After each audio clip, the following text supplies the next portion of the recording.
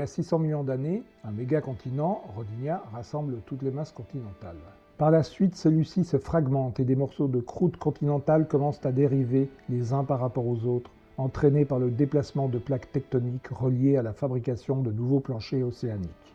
Vers moins 560 millions d'années, deux continents commencent à se détacher de Rodinia et à s'individualiser, Laurentia et Sibéria. Laurentia correspond aux masses continentales précambriennes qui forment une bonne partie de l'Amérique du Nord actuelle, plus le Groenland et l'Écosse, mais sans la Floride. Sibéria correspond au bouclier sibérien. 20 millions d'années plus tard, un troisième continent, Baltica, se détache de Rodinia au tout début du Cambrien.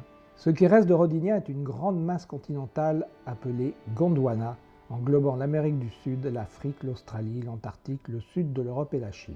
Progressivement s'ouvre un océan entre Laurentia et Gondwana, l'océan Iapetus. Baltica correspond au terrain précambrien de la Scandinavie actuelle, la Russie, la Pologne et le nord de l'Allemagne. Au début du Silurien, il y a 440 millions d'années, l'espace océanique Iapetus continue à se refermer. Le pôle sud est occupé par la marge sud de Gondwana, plus particulièrement le nord de l'Afrique actuelle. Depuis le début du Cambrien, Gondwana amorce ici sa migration vers le nord. L'espace océanique entre au nord Baltica et au sud Gondwana est appelé l'océan Réique. Au milieu du Silurien, il y a 430 millions d'années, la collision Baltica-Laurentia s'amorce au sud. Gondwana migre vers le nord. Au milieu du Dévonien, il y a 380 millions d'années, l'ensemble des masses continentales se regroupe. L'océan Réique est presque fermé. C'est le début de la collision entre Gondwana et Laurentia-Baltica, deux grandes masses continentales.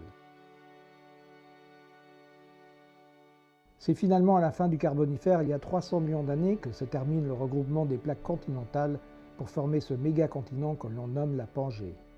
La Pangée va demeurer stable pendant 100 millions d'années, jusqu'à la fin du Trias. Il aura fallu plus de 200 millions d'années pour assembler tous les morceaux de la Pangée, soit de l'Ordovicien au Permien.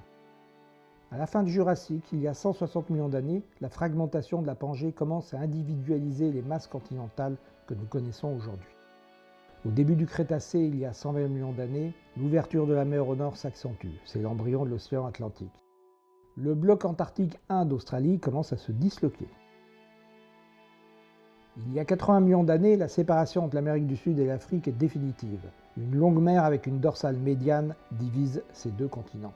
Au nord, la Thétis se referme. Au début du Tertiaire, la Thétis en se refermant crée progressivement le système alpin.